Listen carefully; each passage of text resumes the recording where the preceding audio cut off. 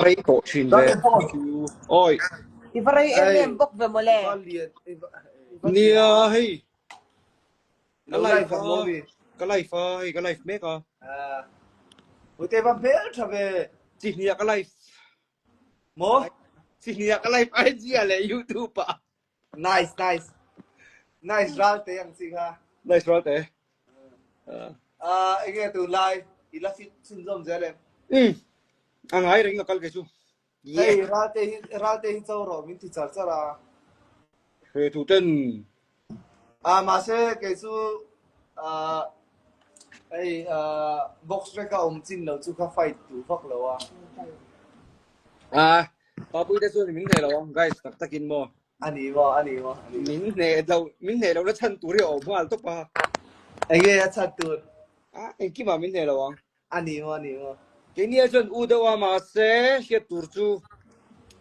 Cái này chú cần chắc cái nghe niang alip thôi rồi cái này chú bằng cái này năng thể đó lâu.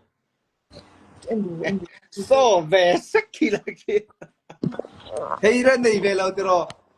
Này về lâu ha chú. Này về lâu rồi.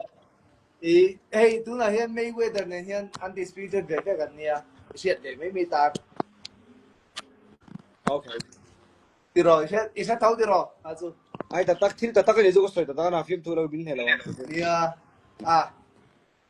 Các thể đón sẽ có thịt chó lâu mà sẽ cắt sâu lẩu sẽ có thịt chó lâu mà sẽ để chú ấy box rec về là cái lâu ông về đó Yes. Đi thằng chú đi. Sấy mấy mình SDM anh chị cả.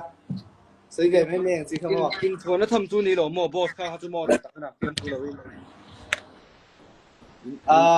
Chú hay cái lâu thì mấy mình sao chú hay ra đến tôi có rồi ấy anh thì trả sai chú hay cháu em anh thì trả sai. Cái cháu mía lâu chưa? Cháu tua cho nó. Mà sẽ hay cái hộp của lâu sẽ đi xuống. Nice. Cái này next lâu thì boss phải thể lâu bà bụi mình cháu ní ngắt cho cái chú cà phê đấy không mong.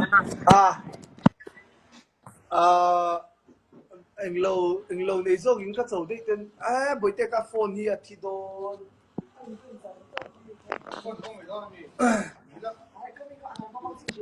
Mo cái bột thì chia mo Chắc lại về in Quakem anh em mo chú thì ra cái ngày tuổi xin lúc